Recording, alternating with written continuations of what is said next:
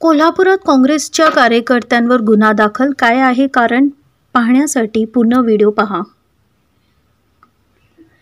ताराराणी चौक ते दाभोळकर कॉर्नर चौक मार्गावर पादचारी पुलावर विनापरवानगी फलक लावून शहर विद्रूपन केल्याप्रकरणी शाहूपुरी पोलिसांनी युवक काँग्रेसच्या पदाधिकाऱ्यांवर गुन्हा दाखल केला.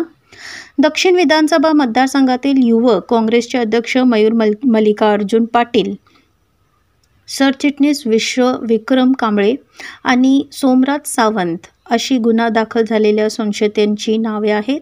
ह्याबाबत सहाय्यक फौजदार सुनील महादेव झविरे यांनी फर्याद दिली. लोकसभा निवडणुकीत मुख्यमंत्री एकनाथ शिंदे यांनी प्रचाराच्या शेवटच्या दिवशी आम्ही टोल घालवला तो आणला होता, ज्यांनी त्या बंटी पाटील त्यांची ही निवडणुकीत घंटी वाजवा असे आवाहन केले होते. त्यांचा संदर्भ घेऊन युवक काँग्रेसच्या पदाधिकाऱ्यांनी घंटी कशी वाजवली अशी विचारणा करणारा फलक दाभोळकर कॉर्नरला लावून थेट मुख्यमंत्र्यांनाच डिवचले होते. ह्याची दखल घेऊन हा गुन्हा नोंदवण्यात आला आहे. अशाच आणखी बातम्या जाणण्यासाठी सिंधू स्टार चॅनल लाईक करा. धन्यवाद.